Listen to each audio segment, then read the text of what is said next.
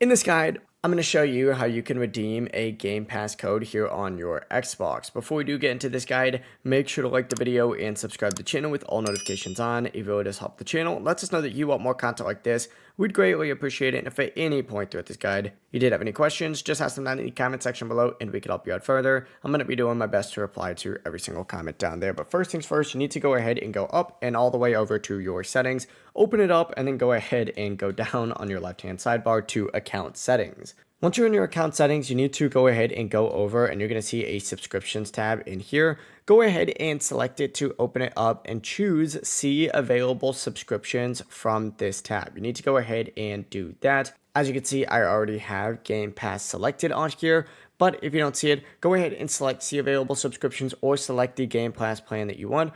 Open it up and in the option screen, and mine is currently on a billing screen, you're going to see a tab to actually use a code.